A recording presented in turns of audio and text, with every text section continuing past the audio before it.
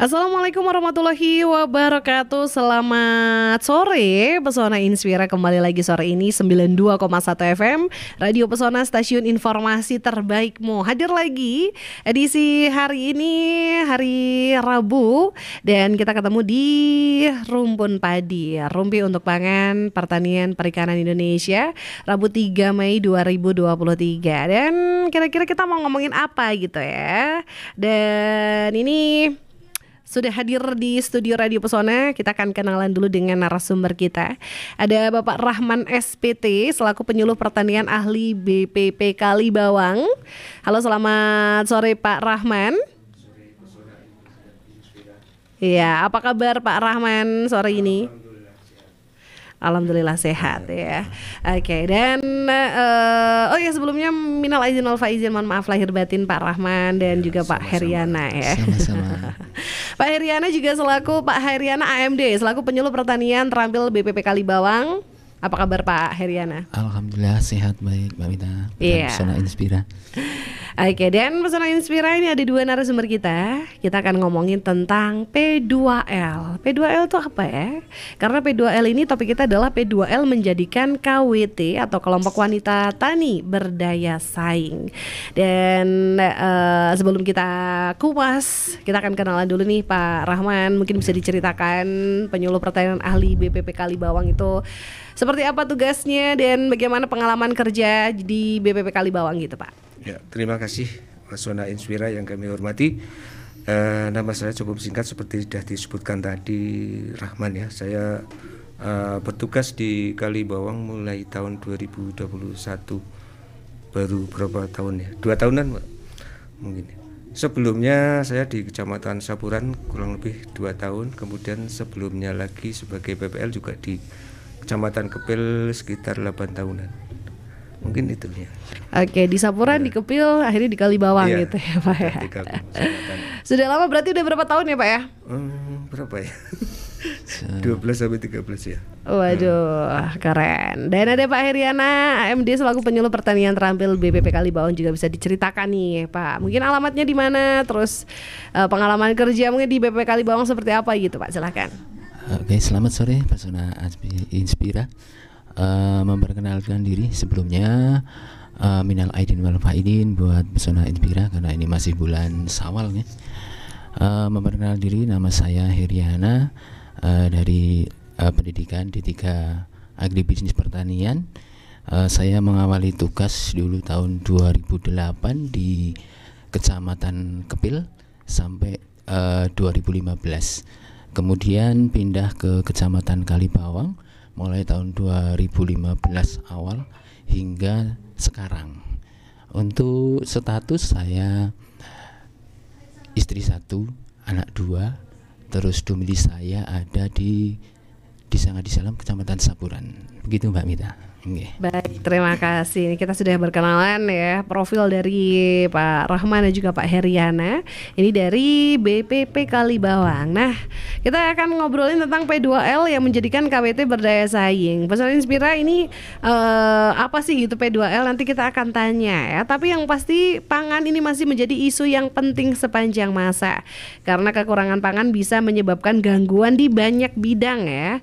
Kurang tersedianya pangan bisa menyebabkan permasalahan gizi. Dan stunting ini sekarang masih menjadi isu nasional yang menjadi masalah karena kekurangan gizi kronis yang disebabkan oleh minimnya asupan gizi dalam waktu yang cukup lama, sehingga mengakibatkan gangguan pertumbuhan pada anak yang ditandai dengan tinggi badan lebih rendah atau kerdil dari standar usianya. Nah, kita mau tanya gitu ya, pekarangan pangan lestari atau P2L itu apa sih gitu? Silakan. Baiklah, mungkin saya berusaha menjawab. Jadi itu P2L itu adalah suatu program yang di bawah Dinas Pertanian Wonosobo, yang dimana ditangani oleh bidang ketahanan pangan, di mana P2L atau pekarangan pangan lestari itu berorientasi untuk sebagai kegiatan yang dilaksanakan oleh masyarakat secara bersama-sama dalam upaya memanfaatkan pekarangan secara berkelanjutan. dan ini oleh Dinas Pertanian sudah dilaksanakan mulai tahun 2020 itu seperti itu, dan sekarang masih berlangsung, termasuk di Kecamatan Kalibawang itu ada beberapa kelompok yang difasilitasi dalam melaksanakan program P2L atau Pekarangan Pangan Lestari. Mungkin ada tambahan. Oke, jadi mungkin mau ditambahi dulu sama Pak Heriana. Iya, jadi untuk pemanfaatan pekarangan pangan lestari ini khusus untuk di Kalibawang, memang sebenarnya pemanfaatan pekarangan lestari ini kan tidak melulu hanya untuk KWT, jadi nanti bisa untuk kelompok-kelompok remaja ataupun kelompok yang di situ intinya P2L itu tidak untuk perseorangan gitu, jadi untuk kelompok. Nah, untuk yang di Kalibawang ini memang ada untuk kegiatan P2L ini dilaksanakan oleh KWT ataupun kelompok wanita tani gitu, Mbak. Oke, jadi P2L ini dikerjakan atau dilaksanakan oleh kelompok wanita tani, tapi sebenarnya tidak hanya untuk KWT saja gitu ya.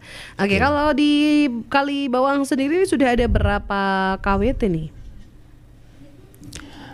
Untuk di Kecamatan Kalibawang, jadi setiap desa sebenarnya sudah ada KWT ya. Jadi setiap desa ada yang 1 KWT, ada yang 2 KWT. Nah, secara keseluruhan karena di Kalibawang ini ada 8 desa, jadi ada 8 KWT ditambah khusus untuk Karangsambung itu ada 5 KWT, Mbak.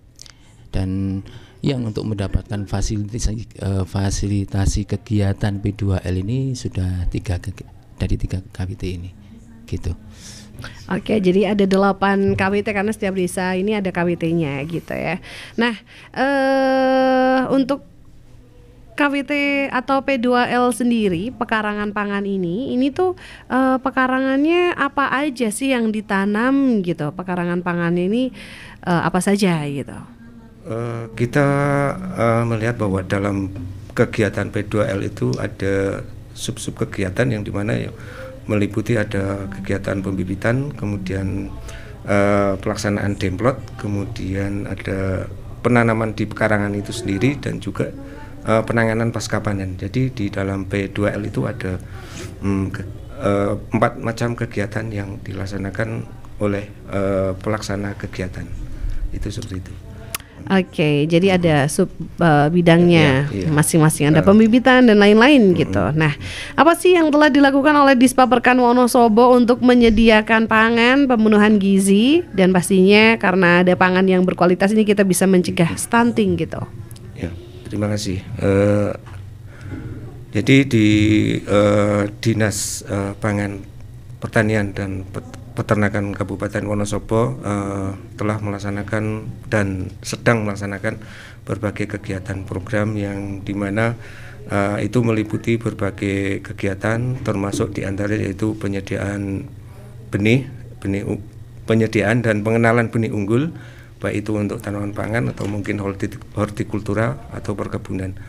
Kemudian penyediaan sarana prasarana, baik meliputi alat mesin pertanian atau mungkin sarana jalan, perbaikan irigasi dan sebagainya, itu pada muaranya itu untuk kegiatan penyediaan pangan dan menjaga ketahanan pangan, termasuk untuk penyediaan sumber gizi bagi masyarakat.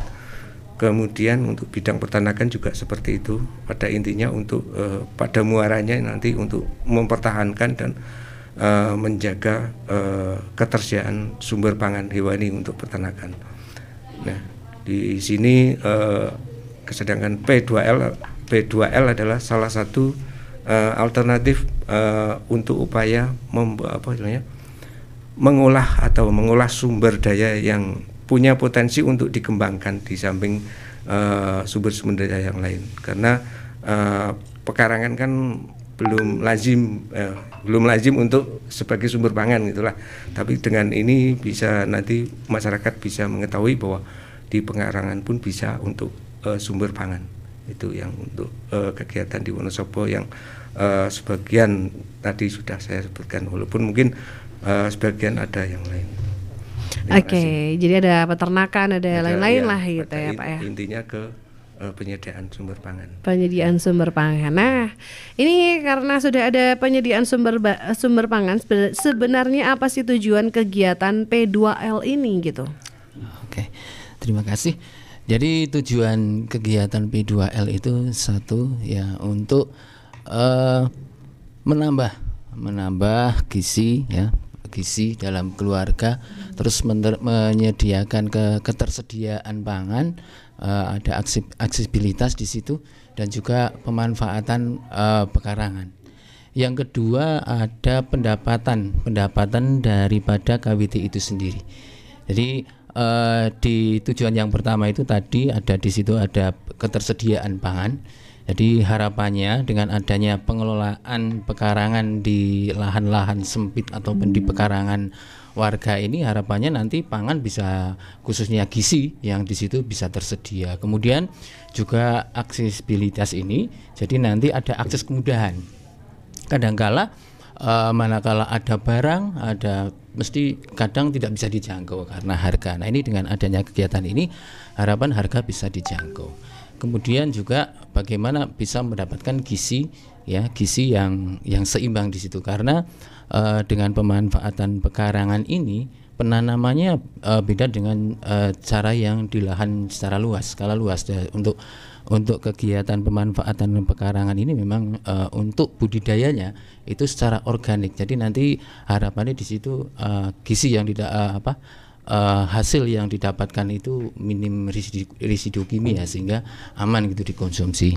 Kemudian bisa mendapatkan menambah untuk pendapatan keluarga. Bagaimana kok bisa menambah untuk pendapatan keluarga? Karena kalau kita sadari sekarang misalkan untuk banyak sekali pekarangan-pekarangan di warga ini yang belum termanfaatkan, masih marginal gitu. Sehingga dengan adanya pemanfaatan lahan pekarangan ini, harapannya nanti lahan-lahan ini bisa disentuh dengan tanaman-tanaman sayuran, entah itu ditanam secara di lahan ataupun secara vertikultur. Mungkin kalau di desa-desa itu masih banyak lahan pekarangan sehingga pemberdayaan pekarangan. Tapi juga misalkan di area-area yang sempit bisa dengan vertikultur, misalnya dengan menggunakan tanam dengan tabula pot ataupun dengan media bambu yang dibuat kalau bahasa kita dibuat rak-rak itu, Mbak. Itu terus kenapa kok bisa mendapatkan tambahan? Kalau misalkan sekarang kita pernah ya ke bahasannya kita tanya kepada KWT. Jadi untuk konsumsi dalam satu hari untuk sayur khususnya kita yang di desa gitu, itu kalau tidak salah di sana itu ya rata-rata 10.000 katakanlah misalnya untuk satu hari untuk konsumsi sayur. Nah, dengan mereka membudidayakan sayur ini nanti di pekarangan paling tidak bisa mengurangi yang angka 10.000 untuk kebutuhan sayur ini bisa didapatkan dari tanaman pekarangan ini, sehingga nanti paling tidak dalam satu bulan, kalau misalkan satu hari kita bisa menghemat 10.000 dalam kalkulasi satu bulan kan sudah sekian.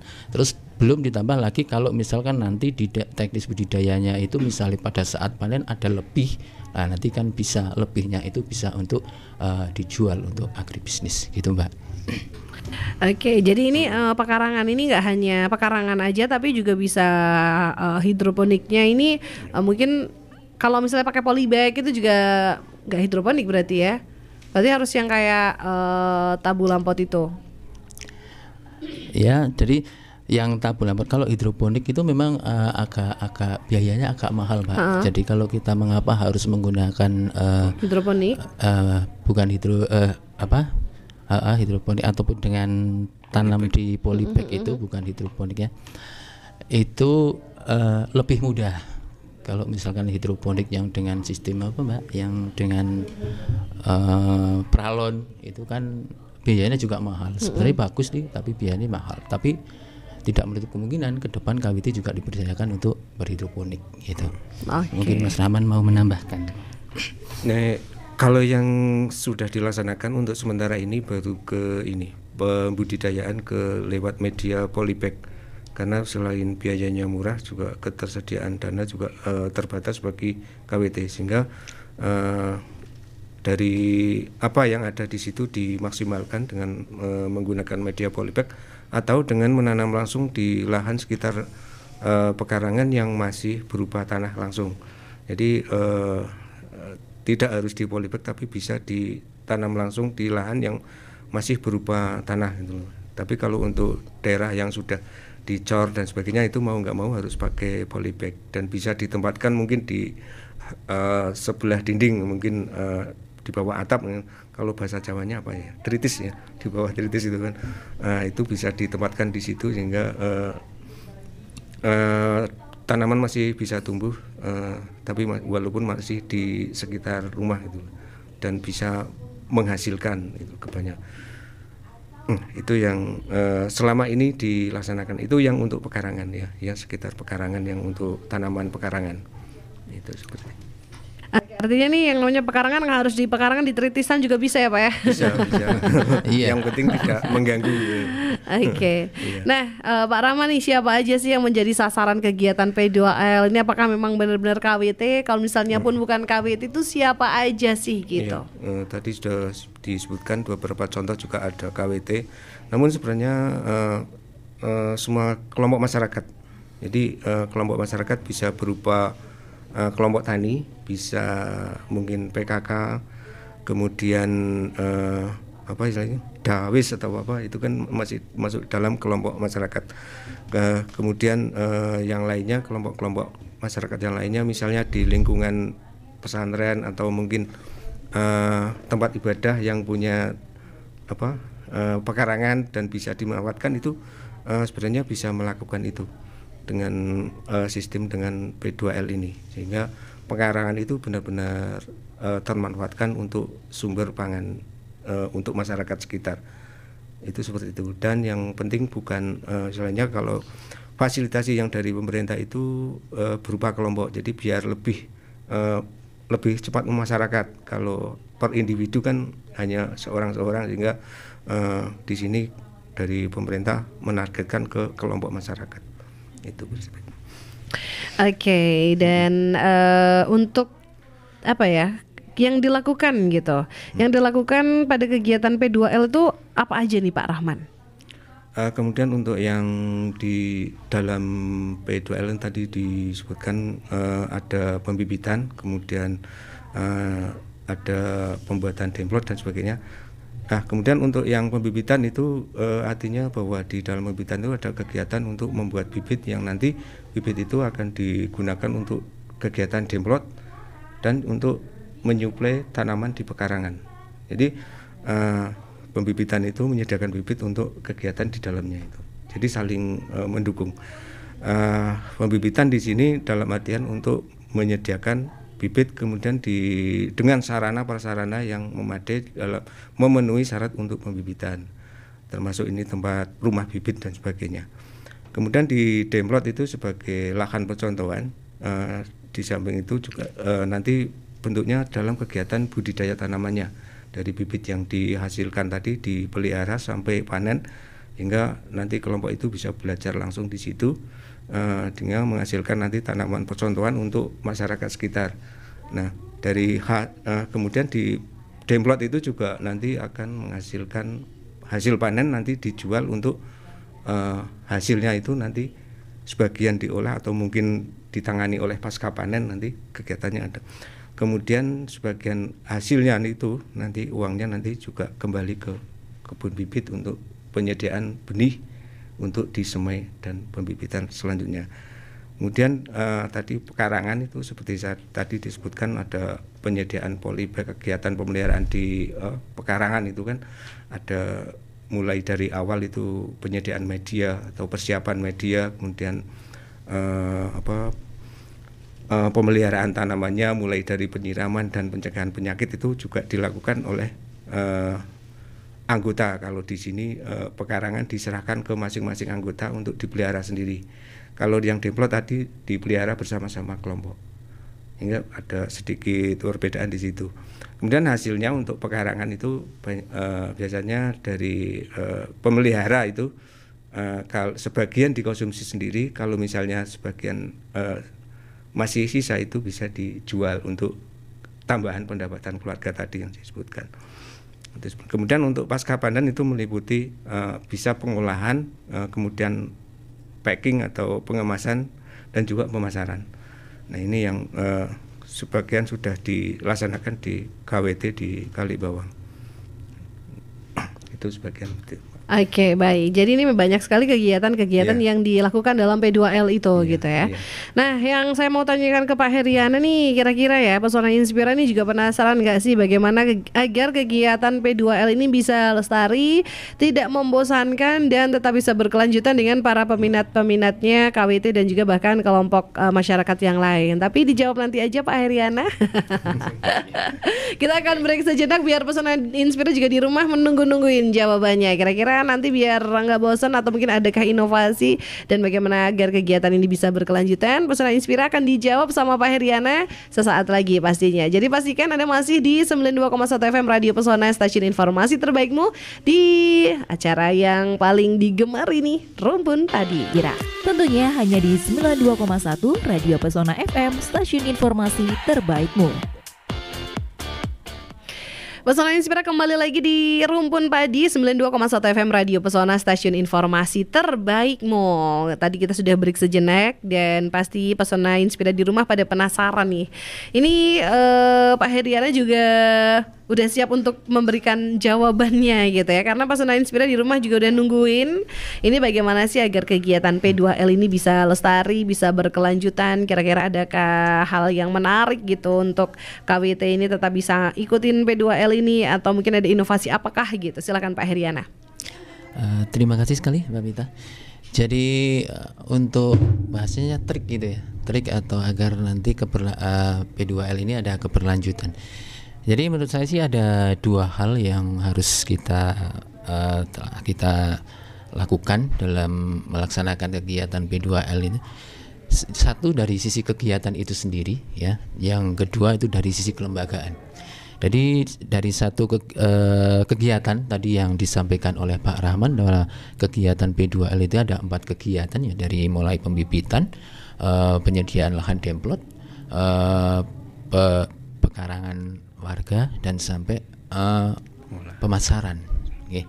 Nah itu mestinya dari 4 kegiatan ini harus saling sinergi, dari mulai penyediaan kebun bibit, terus kebun bibit nanti dibuat medianya nanti untuk memberikan kontribusi untuk memberikan bibit ke kebun demplot yang nanti ditanam, terus demplot nanti dilanjutkan ke budidaya sampai panen dan sampai pemasaran.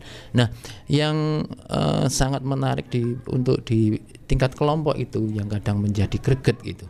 Jadi semua 4 kegiatan ini paling tidak harus menghasilkan profit, Mbak. Jadi sebagus apapun organisasi kalau tidak menghasilkan profit ya kayaknya jalannya akan step by step. Tapi kalau misalkan dari masing-masing kegiatan dari mulai pembibitan ini sudah ada bahasanya kasih yang masuk gitu. Nanti kan ini bisa menambah motivasi untuk kelompok untuk lebih giat menjalankan kegiatan itu. Juga di budidaya. Kalau budidayanya juga bagus, ini di kebun demplot ini kan sebagai wahana pembelajaran nih kelompok itu untuk kegiatan budidaya nih. Sehingga di situ nanti kalau misalkan hasilnya bagus, hasil panennya bagus, juga pasarnya juga bagus gitu. Terus yang selanjutnya misalnya di pemasaran. Pemasaran ini yang paling pokok karena ini yang menghasilkan keuangan, profit ini harus benar-benar di minute benar-benar keuangan di situ. Nah itu dari sisi kegiatan saling sinergi antara kegiatan satu dengan yang lain. Yang kedua adalah dari sisi kelembagaan. Kami mungkin selaku PPL mungkin tidak bosan-bosannya ya, untuk memberikan arahan kepada KWT bahwa yang namanya kelembagaan yang bagus itu memang harus dari sisi kegiatan, administrasi juga harus jalan. Maka dari situ peran pendamping di sini sangat penting sekali. Jadi kalau di KWT saya ini mungkin kan beda-beda penyuluh pendamping, mungkin beda juga perlakuan gitu ya ke KWT. Di kita itu ya paling tidak untuk pertama yang namanya kelompok itu harus ada 3D Mbak di sini kan. Jadi dimengerti, ya, dikenali, dimengerti dan dikunjungi. Jadi harus dikenali dulu bagaimana karakteristiknya dari kelompok ini, terus dimengerti kemauan kelompok untuk kegiatan ini seperti apa. Bahkan kami dalam pertemuan mungkin selalu katakanlah membuat cita-cita untuk kelompok. Jadi kita membuat cita-cita piramida, karena dalam pertemuan itu kan biasanya ada, kalau di kelompok itu paling tidak lebih dari 20 orang. Jadi 20 orang itu kadang masing-masing punya persepsi, punya angan sendiri-sendiri. Nah itu di situ kita wujudkan cita-cita untuk kelompok itu seperti apa. Nah, kemudian dikunjungi. Kita selaku penyuluh pendamping juga tidak sungkan-sungkan untuk mengunjungi, untuk memonitoring ataupun membina, memberikan arahan agar kelembagaan ini bisa berjalan. Ini seperti itu, Mbak. Jadi roda organisasi yang seperti ini, bukan organisasi, kelompok KWT ini bisa berjalan juga tergantung dari penyuluh pendamping. Kalau misalkan kita intensif mengunjungi, monitoring, kita memberikan pembinaan, terus kegiatan kita pantau sampai jalan, insya Allah nanti keberlanjutan khususnya kegiatan P2L ini bisa jalan. Contoh kecil di Kalibawang ini sudah ada 3 KWT yang mendapat fasilitasi kegiatan dari mulai tahun 2020 sampai sekarang alhamdulillah masih eksis. Terus kegiatan ini juga malah sekarang sudah, maksudnya dari kegiatan P2L, dari hasil tanaman sayuran ataupun tanaman obat keluarga seperti adanya jahe ataupun kencur, itu sudah ada yang diolah seperti adanya jahe instan, kunyit instan, itu kan ada semacam ada tambahan untuk kegiatan kelompok. Itu mungkin Mbak yang penting. Oke, baik. Dan ini sekarang ada yang saya baca untuk WA yang masuk ya. Ini dari Koyin di Mojo Tengah. Pertanyaannya bagaimana membentuk KWT, daftarnya kemana? Mungkin saya tak berusaha menjawab. Siap Pak, silakan. Untuk tata cara pembentukan kelompok seperti kelompok tani itu kita di kecamatan harus menghubungi PPL pendamping di tingkat desa masing-masing, atau kalau tidak tahu PPL-nya siapa, menghubungi BPP kecamatan, sehingga nanti biar saat pembentukan itu memulai melalui musyawarah, dan musyawarah itu kan dihadiri beberapa calon anggota yang bersepakat untuk membentuk kelompok tersebut. Nah nanti dibuatkan berita acara untuk pembentukan KWT tersebut, yang di sana terdiri dari anggota mungkin para emak-emak atau mungkin ibu-ibu atau mungkin yang penting kaum wanita, karena ini wanita tani ya, itu jenis jenis kelaminnya perempuan. Nah nanti kalau sudah dibuatkan berita acara, kemudian tinggal melaksanakan kegiatan-kegiatan dan memenuhi administrasi lainnya, termasuk nanti biar terdaftar di tingkat kabupaten, sehingga nanti bisa tercatat di kabupaten dan di Kementerian Pertanian Pusat. Itu seperti itu. Oke, tapi ini kalau misalnya pas lagi kegiatan, pas ibunya nggak bisa berangkat, diwakili bapaknya boleh nggak Pak? Ada sih, ada kasus yang seperti itu. Ada ya. Tapi bagi kami sih ya nggak masalah itu, untuk sementara kan seperti itu. Tapi kan kadang orang kan kadang nggak sempat, kadang pas ada halangan. Tapi memang kasusnya memang ada ya Mas Heri. Iya. Kita tapi bagi kami ya maklum. Yang penting dia masih komitmen gitu. Oke. Saya maklum. Baik, ada lagi pertanyaan dari Meli di Wonosobo aja. Ini mau tanya, yang ditanam itu apa aja Pak? P2L, pekaranya yang ditanam apa aja? Untuk kegiatan P2L itu karena orientasinya untuk tanaman sayur dan menambahkan gizi itu tanaman sayuran, Mbak. Jadi tanaman sayuran itu ada tanaman sayuran yang usia pendek, ada tanaman sayuran yang usia panjang. Jadi tanaman sayuran usia pendek seperti sawi, terus nanti bayam cabut, kangkung, itu kan usianya pendek sehingga harapannya itu cepat panen, sehingga konsumsi untuk keluarga itu cepat. Kemudian ada yang berumur panjang seperti adanya cabai, terus terong dan sebagainya yang berbuah, dan juga umbi itu yang bisa ditanam di pekarangan itu. Oke, ini jadi lebih ke sayur ya. Kalau cabai bisa nggak Pak? cabai sangat bisa sekali, bisa entah itu di polybag ataupun di pekarangan bisa. Bahkan cabai ini kalau misalkan pas tanam, pas sampai panen nanti pas harganya mahal, katakanlah misalnya kalau ibu-ibu misalkan untuk konsumsi sambal di rumah, katakanlah hanya butuh 1/4 on, nggak harus beli kilo-kilo di pasar yang harganya, dengan adanya yang di tanaman pekarangan itu bisa dimanfaatkan untuk sambal, tidak harus mengeluarkan biaya mahal gitu. Cukup menghemat ya Pak ya. Iya. Gitu. Jadi nggak harus sayuran yang seperti sawi, kangkung, bayam, tapi kalau misalnya cabai juga bisa gitu. Betul.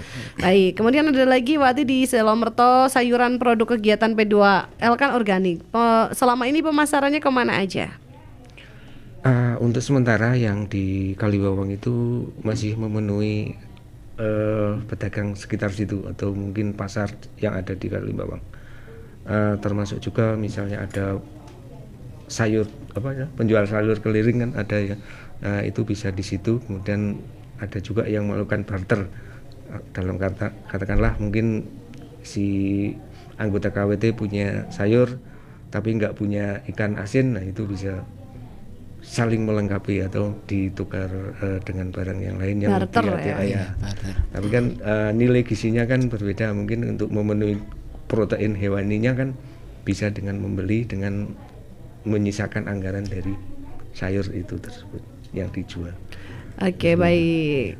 Satu lagi nih dari Umi, pengurus KWT dan tetangga sebelah mendapatkan program P2L, di mana saya sangat tertarik dengan program tersebut.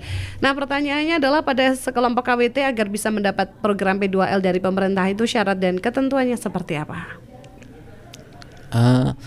Sebenarnya untuk kegiatan P2L itu tidak melulu katakanlah kita harus mendapat fasilitasi dari pemerintah. Artinya kita secara mandiri juga bisa sebenarnya, kalau misalkan di situ ada terbentuk KWT baru misalnya sudah greget bahasanya seperti itu, bisa kok dilakukan secara mandiri. Artinya yang penting kelompok itu swadaya, bisa berkumpul di situ, nanti mewujudkan satu tujuan yang sama, terus nanti bisa secara mandiri. Nah, lama kelamaan kan kalau misalkan nanti dengan mandiri sudah bisa, insya Allah nanti mungkin ada fasilitasi ya gitu, Mbak. Oke, jadi ini nggak harus perseorangan juga bisa gitu ya? Oh, kalau untuk mengajukannya gitu atau untuk kegiatan ini sifatnya berkelompok ya, karena itu fasilitasi biasanya ada anggaran dari pemerintah, itu tidak ditujukan untuk perseorangan, jadi untuk berkelompok, pemberdayaan. Semoga ini terjawab ya untuk yang sudah bertanya. Dan satu lagi nih yang mau saya tanyakan ini ya, apa yang diharapkan dari kelompok pelaksana kegiatan P2L? Oke, Mas Rahman. Ya, oke. Jadi setelah melewati istilahnya berbagai proses kegiatan yang ada di P2L itu, diharapkan kelompok itu pertama ya bisa memenuhi apa yang menjadi tujuan dari kegiatan tersebut tadi seperti awal, dan diharapkan nanti kelompok itu banyak belajar dalam mengelola budidaya tanaman, kemudian mengelola kelembagaan kelompok itu sendiri. Karena di sana banyak dinamika tentunya, karena mengelolanya itu bukan hanya mengelola 1-2 orang, tapi karena banyak orang sehingga pemikiran itu kan berbeda-beda, sehingga nanti kelompok itu akan belajar bagaimana bisa menyikapi perbedaan pendapat dari anggota itu. Dan ini perlu trik-trik sendiri bagi pengurus kelompok sebenarnya, yang biasanya kalau yang nggak bisa menangani ini malah kadang dapat program malah bubar itu. Nah, itu yang tidak kita inginkan di sini. Dengan adanya program ini justru harapan kami itu dari kelompok itu bisa lebih punya kemampuan lebih gitu loh, meningkat kapasitasnya dan kemampuannya dalam mengelola kelompok dan mengelola kegiatan yang diterima itu, sehingga bukan menerima program malah kelompoknya hancur. Nah, itu jangan sampai seperti itu. Nah, itu yang kami harapkan seperti itu. Oke, nah terakhir ini karena tidak terasa kebersamaan kita sudah di jam 4 ya. Berarti saat ini kita harus pamit dengan closing statement dari masing-masing narasumber. Mungkin ada pesan yang ingin disampaikan di Rumpun Padi edisi kali ini, Rumpi untuk Pangan, Pertanian dan Perikanan di Indonesia terkait dengan P2L yang menjadikan KWT berdaya saing. Silahkan ini dari Pak Rahman dulu atau Pak Heriana dulu? Saya dulu ya. Saya ingin menyampaikan bahwa kaum wanita itu menjadi potensi yang perlu dioptimalkan dalam menjaga ketahanan pangan melalui sumber daya yang ada di sekitarnya. Oke, dari Pak Heriana. Oke, dari kegiatan P2L ini kan kegiatan yang sangat bagus sekali. Jadi harapannya ke depan masih banyak KWT yang masih bisa diberdayakan agar kegiatan ini bisa berjalan, entah saya secara mandiri ataupun ada fasilitasi. Ya terus karena KWT yang tadinya tidak semangat jadi semangat dengan adanya kegiatan seperti ini, yang tadinya tidak tersenyum bisa jadi tersenyum. Artinya senyum KWT adalah bahagia kami PPL itu. Wih, keren luar biasa sekali ya. Senyum KWT adalah bahagianya PPL. Ini closing statement yang kata-kata hari inilah ya. Terima kasih sekali Pak Heriana dan juga Pak Rahman untuk obrolan-obrolan kita, dan saya juga jadi tahu, kita semua Pesona Inspira juga tahu tentang P2L itu adalah salah satu kegiatan untuk KWT yang dilaksanakan oleh kelompok wanita tani. Dan di Kalibawang sendiri ada 8 kelompok wanita tani, dan ini pastinya dengan pemilihan tanaman yang yang ditanam ini di pekarangan, pelestarian pekarangan ini adalah yang bergizi, yang bisa membantu mendukung gizi yang ada di Wonosobo, khususnya untuk pencegahan stunting juga. Dan terima kasih untuk kebersamaannya Pesona Inspira. Kita ketemu lagi di acara yang sama di lain kesempatan. Selamat sore Pak Heri dan Pak Rahman, sampai jumpa lagi. Selamat juga untuk Pesona Inspira, dan saya Mita bersama narasumber pamit. Wassalamualaikum warahmatullahi wabarakatuh. Waalaikumsalam.